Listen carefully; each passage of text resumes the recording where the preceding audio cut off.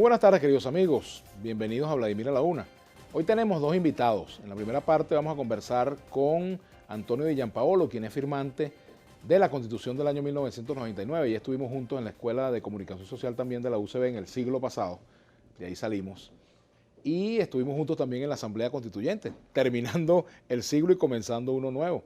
Y prácticamente, ¿no? Cuando se produjo ya la arrancada de la Asamblea de la Constitución como tal. En la segunda parte vamos a conversar con Antonio Carri, quien es presidente de la Fundación Arturo Uslar Pietri. Bienvenido, Antonio. Te debía esta invitación desde hace tiempo, ¿vale? Te tenía postergado. Pero bueno, nunca es tarde cuando se trata de hablar de temas de interés. No, y un tema de tanta actualidad. Viniste armado con el libro de debate de la Asamblea Nacional Constituyente. Fíjate, hay me permites un comentario, Sí, que es adelante. que un grupo de constituyentes hicimos público un documento recientemente sobre el tema de la convocatoria del presidente de la República a una Asamblea Nacional Constituyente, planteando un aspecto que es cardinal, que es que en materia constituyente el pueblo tiene la primera y la última palabra. Y para analizar ese aspecto, valdría la pena recurrir al texto, que es la Constitución, al contexto, que es el diario de debate, pero además a la experiencia, que es lo que todos acabamos o vivimos en el pasado reciente, porque en 1999, cuando fue el proceso constituyente, buena parte del país lo vivió, algunos a favor, unos en contra, pero vivimos esa experiencia.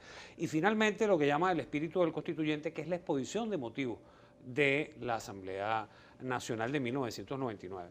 Si te vas a la experiencia, bueno, vivimos un proceso constituyente en el que hubo un referéndum consultivo, además un mecanismo de elección de los constituyentes de manera directa, secreta, universal, y finalmente un referéndum aprobatorio de la nueva Constitución.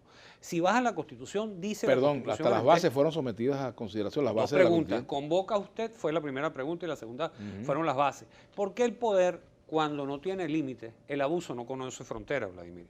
Y por eso es necesario que en las bases quede muy claro cuánto tiempo va a durar el trabajo de esa Asamblea Nacional Constituyente, cuáles son sus límites, qué puede hacer y qué no puede hacer, cómo van a ser electos esos representantes. Porque además dijo el presidente una cosa muy importante. Él dice, y es verdad, tiene toda la razón, la constituyente lo puede todo. Entonces, si la constituyente lo puede todo, ¿cómo es eso? Y tiene razón Maripili Hernández cuando se queja y dice que esto es un cheque en blanco. No, tal cual como está planteado es un cheque en rojo, no en blanco. ¿Por qué? Porque no te quieren consultar al principio.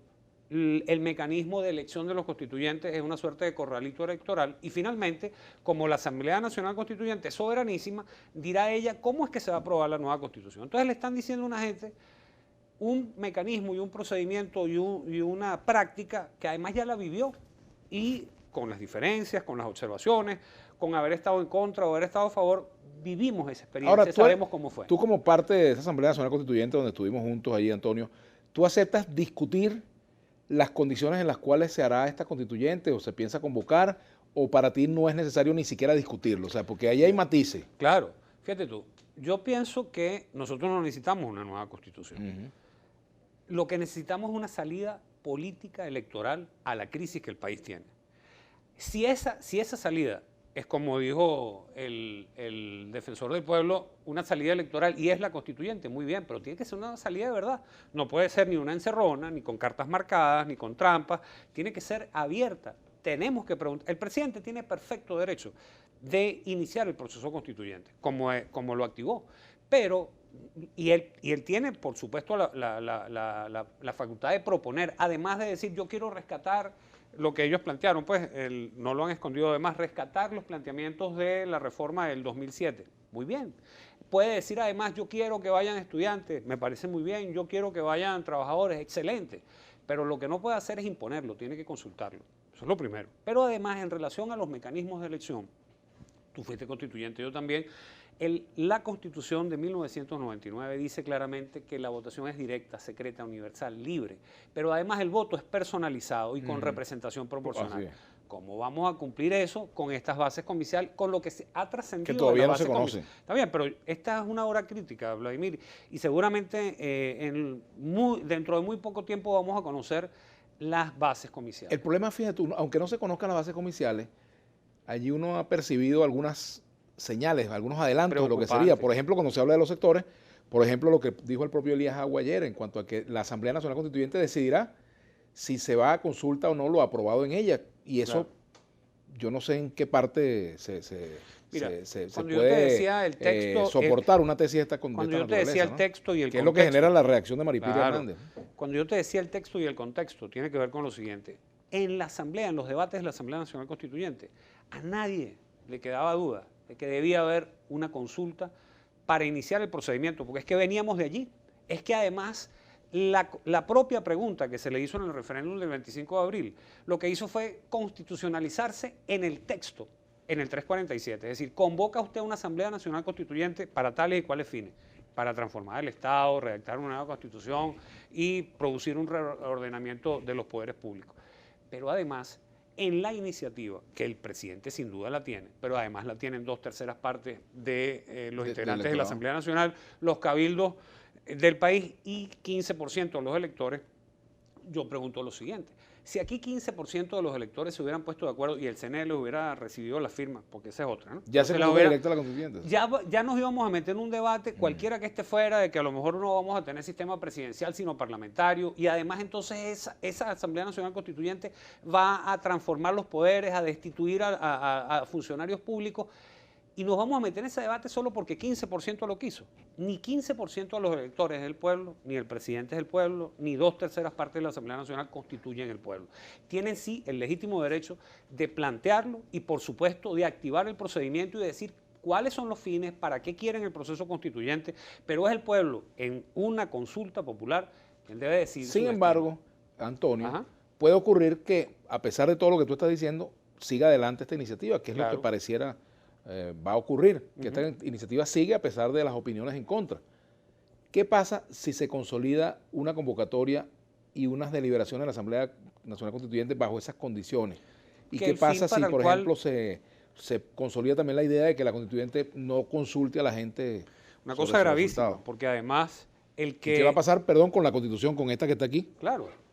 Esta Constitución, que es un libro de los originales que se entregaron cuando nosotros firmamos la Constitución, ¿no? Lo primero que habría que decir es que si los fines para los cuales se está convocando la Asamblea Nacional Constituyente es para promover el diálogo y resulta que una parte del país no va a estar ahí, eso me parece gravísimo, porque entonces no es verdad que el fin es el que tú estás proponiendo. De forma tal que yo exhorto al presidente de la República a que haga bueno el planteamiento de que quiere una constituyente para la paz y para el entendimiento y para el diálogo en el país, y entonces empecemos por hacer lo que es la voz del pueblo, que es la voz de Dios. Es decir, pregúntale a la gente si quieren el proceso constituyente. Mira, aquí hay un documento, este es un documento histórico, fíjense ustedes, ¿no? Este es el original, aquí está mi firma. Esta es una de las firmas, bueno, la página de constituyentes de Caracas. Fíjense quiénes eran los constituyentes de Caracas en aquel momento. Ernesto Alvarenga, Freddy Bernal, Julio César Alviares, Nicolás Maduro, Segundo Meléndez, aquí está este servidor. Fíjense ustedes, ¿no? Aquí está la firma de algunos constituyentes y por aquí debe estar la tuya también, claro, Antonio, en ¿no? Aragua, en el estado Aragua. En sí, el estado ahorita Aragua. lo vamos a mostrar, ¿no? Este es el acta, esta es una constitución original. Es correcto. De las que se firmaron precisamente. Ahora, pero ¿qué va a pasar, digamos, con esta iniciativa y la oposición? ¿La oposición debe participar, no va a participar? ¿Qué es lo que tú opinas al respecto? Mira, aquí está Antonio de Gianpaolo, ¿eh? Aquí está la firma de Antonio de Gianpaolo. No puedo hablar, obviamente no puedo hablar por la oposición, pero yo quisiera entender que el planteamiento es promover un encuentro nacional. Y si tú quieres promover un encuentro nacional, tienes que lograr la participación de todos los sectores. No se trata de que te participo que voy a hacer una constituyente. No. Se trata es de activarse, de integrar a distintos sectores de la vida del país para que puedan expresarse. ¿Hay alguna forma de que la oposición pueda ganar esa constituyente, a pesar de la manera como se convoque? En relación a lo que han anunciado sobre las bases territoriales, no tengo ninguna duda de que el gobierno perdería ese escenario. Pero no se trata de verlo en términos de quién gana y quién pierde, sino de cómo se tiene que hacer. Porque lo importante es que, fíjate tú, han dicho, por ejemplo, que en este tema de los sectores, te decía, a mí me parece muy bien que haya estudiantes, me parece muy bien que haya trabajadores, excelente que haya representantes gremiales, muy bien también que se escojan, por ejemplo, que puedan acceder a la Asamblea Nacional Constituyente, por ejemplo, personas de la tercera edad, pensionados. Pero tú no estás escogiendo ni al presidente de un centro de estudiantes, ni estás escogiendo un secretario de un sindicato, ni por supuesto al presidente de la Asociación de Jubilados de Venezuela. Estás escogiendo representantes populares y tú para hacer eso tienes que cumplir estrictamente con lo que dice la Constitución. Voto personalizado, secreto, universal, directo, con representación proporcional y, por supuesto, con un aspecto que es fundamental, que es la participación de todos los ciudadanos. El presidente Maduro ha hablado de una constituyente como vía para el logro de la paz. Ajá. Y como te digo, si yo puedo entender, él está convencido de que ese es el camino para resolver los problemas del país. Muy bien. Si ese es el camino, tiene que hacerlo bien. No de una manera como se está planteando en este momento. Es decir, no consultar las bases, por supuesto, no hacer el referéndum consultivo y obviamente escoger en una suerte de corralito electoral a los representantes. Y además ellos tienen, como son plenipotenciarios, pueden aprobar o no la Constitución como les parezca. Bueno, nosotros tenemos un tuit por allí. Vamos a ver un tuit para Antonio Di Gianpaolo y al regreso lo vamos a responder. ¿Usted cree que el gobierno puede llevar a cabo esta constituyente sin consultar al soberano y sus consecuencias? Buena pregunta que lo vamos a responder al regreso. Claro. Bueno, así que vamos a hacer la pausa, nuestra etiqueta política a la una. Y esta es la Constitución del año 1999 que trajo Antonio Di Gianpaolo, firmada por todos los constituyentes, ¿no? Así es. Bueno, hacemos la pausa, ya venimos.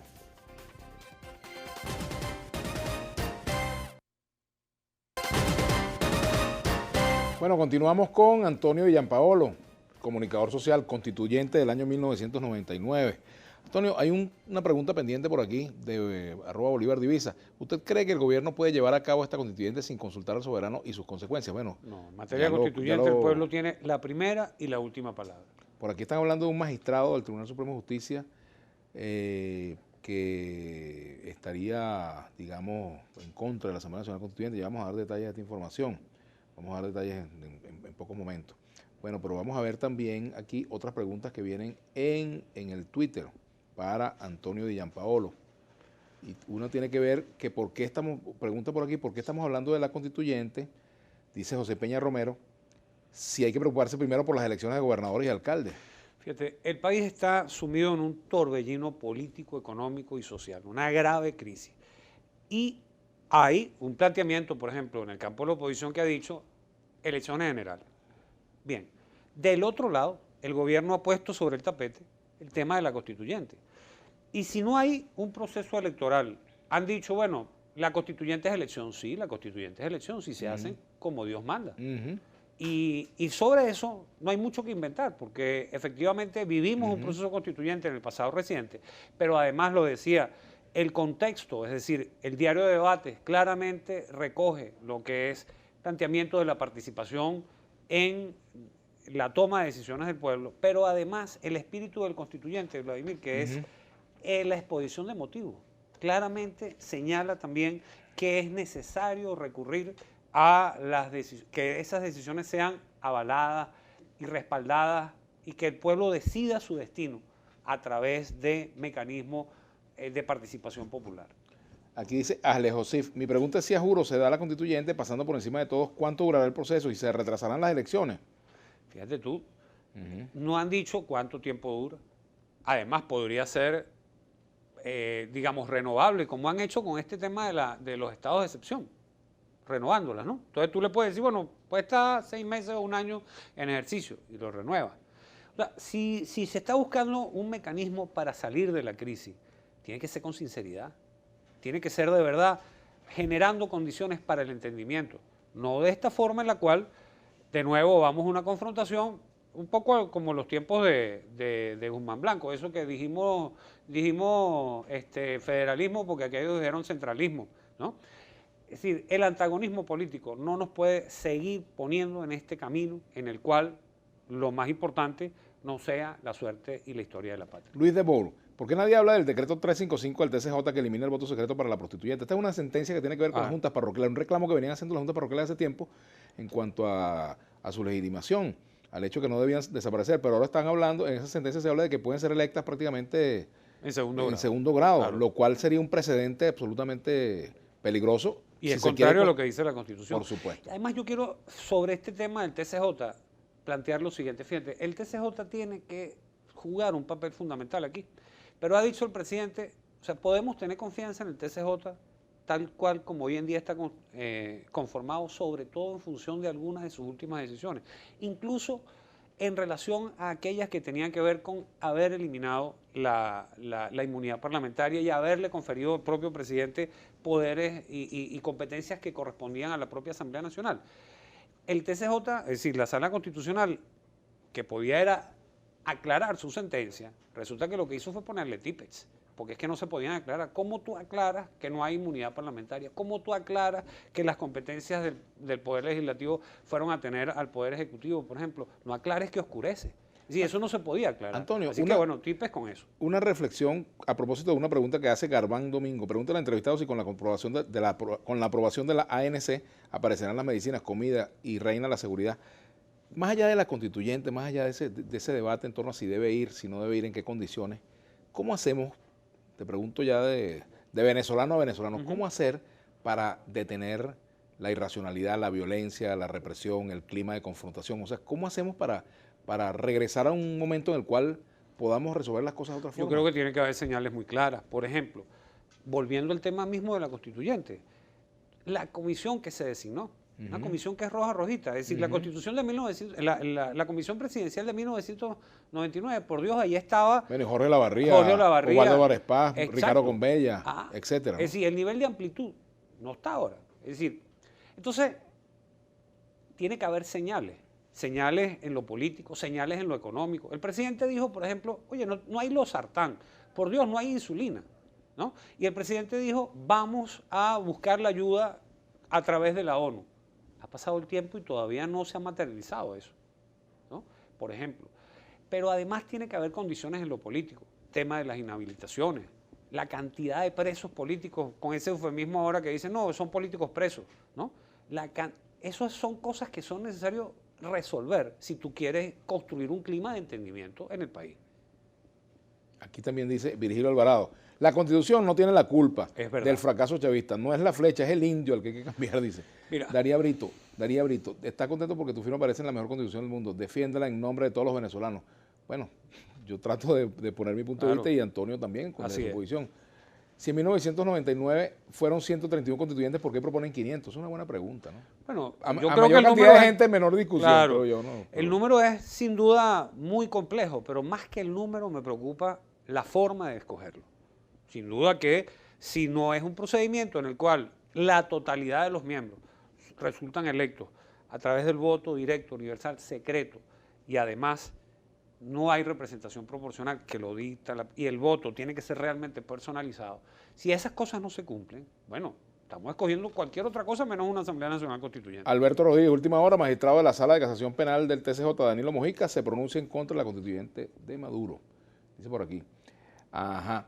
Esta pregunta creo que ya la hicimos. ¿Qué impacto tiene la sentencia de 355 del 16 de mayo de la Sala Constitucional del TCJ en la ANC? Bueno, que se abre quizás el camino para lo que tú señalabas, de elegir la constituyente por vías no directas, universal, directa y secreta, ¿no? Lo otro es lo que está ocurriendo. Ajá. Vladimir, yo todos los días me pregunto, ¿qué te hizo el gobierno para que seas tan radical o nunca fuiste chavista oportunista? James Hill González, a mí no me hizo nada. Yo salí del gobierno en el año 2007 porque a la que le hicieron fue a esta, la que hicieron cambiar la constitución y no estuve de acuerdo. Conmigo no es un problema personal, es un problema de que si mi nombre aparece aquí, yo tengo que defender lo que aquí aparece, que fue lo que el pueblo quiso, ¿no? Pero bueno, cada quien con su punto de vista. Ruin es inventar una supuesta guerra, miserable inventarse una paz sobre este invento. Conferencia de paz llamaron en 2014. Hablando fuerte, el nuevo pretexto de Maduro constituyente le sirvió para negar regionales y extender el proceso a generales. Mira, yo te decía que había como 4 fuentes para evaluar este tema de la Asamblea Nacional Constituyente, y te decía el texto, el contexto, la exposición de motivos, pero además el sentido y la lógica.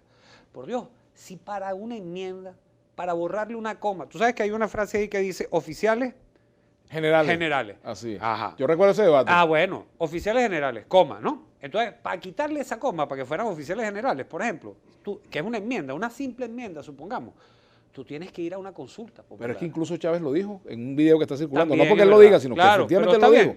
No porque él lo diga, es lo que la Constitución dice. Abunda eso como ejemplo también.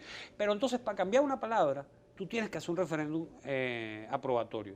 ¿Cómo es eso que para cambiar la Constitución, pero además para hacer lo que el presidente ha dicho, que es que la Asamblea Nacional Constituyente lo pueda en todo, lo puede todo y ciertamente lo puede todo, ¿no? Es una suerte de prácticamente de dictadura constitucional. Una pregunta, ayer Elías Agua, no haya consulta. Ayer Elías Agua dijo que la opinión de la fiscal general de la República era una opinión política más. Claro. ¿Estás de acuerdo con ese concepto? Fíjate tú, y dirán del magistrado, por ejemplo, que también es una opinión política, como la tuya o la mía o la de cualquier ciudadano es una opinión política. Por eso lo importante es la consulta, porque más allá de lo que piense Elías, de lo que pienses tú, de lo que crees Carrada, de lo que crea yo, lo importante es que abramos la posibilidad de que en una consulta la gente diga si quiere o no constituyente y cómo es que la quiere, o si no la quiere, que es como yo creo que es lo que está pasando. Es decir, como saben cuál es la respuesta, no se atreven a hacer la pregunta. Johnny Rodríguez, pregunta al invitado si en una hipotética victoria de la oposición en la constituyente el presidente puede destituirse o ser destituido.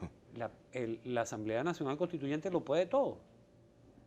Y entonces, si lo puede todo, ¿cómo es eso que no va a poder eso y cualquier otra cosa? Pero tendría que consultarse al pueblo igual. Siempre tiene que haber una cosa. Es que si 15%, ¿tú crees que el chavismo tiene 15% de los electores para recoger una firma y activar una constituyente, como lo tenía la oposición antes? Es decir, ahora muchísimo más, por supuesto. El problema es que 15% de los electores, ni 2/3 partes de la Asamblea Nacional, ni el presidente por sí solo, pueden meternos en el camino constituyente sin consultarnos a todos los ciudadanos. Ya terminando, tú querías decir algo que me dijiste en la pausa sobre el costo político que podría traer esta constituyente para el gobierno. Ya con esto cerramos. Es correcto. Es decir, fíjate, creo que vamos a entrar en una etapa en la cual ahora, cuando terminemos de conocer las bases comiciales, si es que quedan como por las señales que se han escuchado hasta ahora, pudieran terminar siendo, la mayor reacción no va a venir de la alternativa democrática, sino que yo creo que con mucha vehemencia distintos sectores de la vida del país, muchos de ellos vinculados al gobierno, al chavismo incluso, van a terminar diciendo y manifestándose en relación a este tema, que es un tema sensible, porque aquellos que se dicen defensores del legado del presidente Chávez pareciera que quieran acabar con su simbolismo. Muchas gracias. Gracias a ti por la invitación. Antonio Gianpaolo, gracias por venir. Ustedes, queridos amigos, los invitamos para que no se retiren porque ya venimos después de la pausa con Antonio Ecarrio, otro Antonio, y la etiqueta de vida